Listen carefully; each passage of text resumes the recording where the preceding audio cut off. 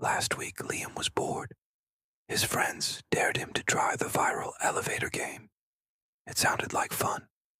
All he had to do was press the one button, then two, three, four, five, six, seven, eight, and finally nine. Then he just had to wait. On the last stop, the doors opened and he stepped out. But something was wrong.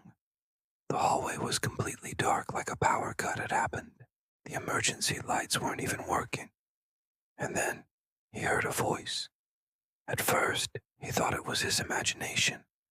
But then he saw her. A woman standing at the end of the hall, smiling. She didn't have any eyes.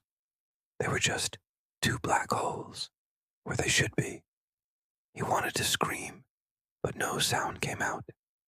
He turned and ran for the elevator. When the doors opened, he was met with the same darkness. The buttons didn't work. The light was still out. He pressed all the buttons in a panic, but nothing happened. He was trapped. Then he remembered what the game was supposed to do.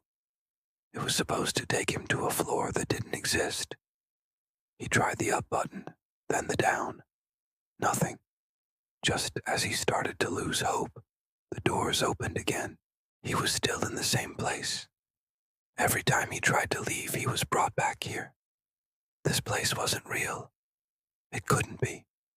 There were no windows, no sound from outside, just an endless hallway, and a terrifying woman who liked to stare at him while he slept. He ran from the elevator and made a dash for his apartment. He was shaking. His heart was pounding in his chest.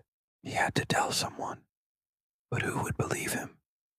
The next day at work, he told his best friend, James. James didn't believe him. He thought Liam was making it up. So he decided to prove him wrong. They went to the building after work, the one with the weird elevator. The plan was simple. If the game worked for Liam, it should work for James too.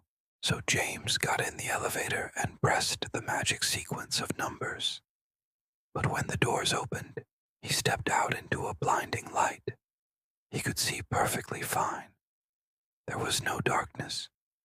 Confused, he pressed the button to go back down, but it didn't work. He was trapped on the 10th floor, which didn't exist. Was it possible? Could this really be happening? He started to panic, but before he could do anything, the lights went out and the woman appeared behind him. She was smiling. Her eyes were black. James screamed. Now neither of them were safe. The virus had spread, and soon the entire city would know about the woman in the elevator, and if they weren't careful, they might never escape.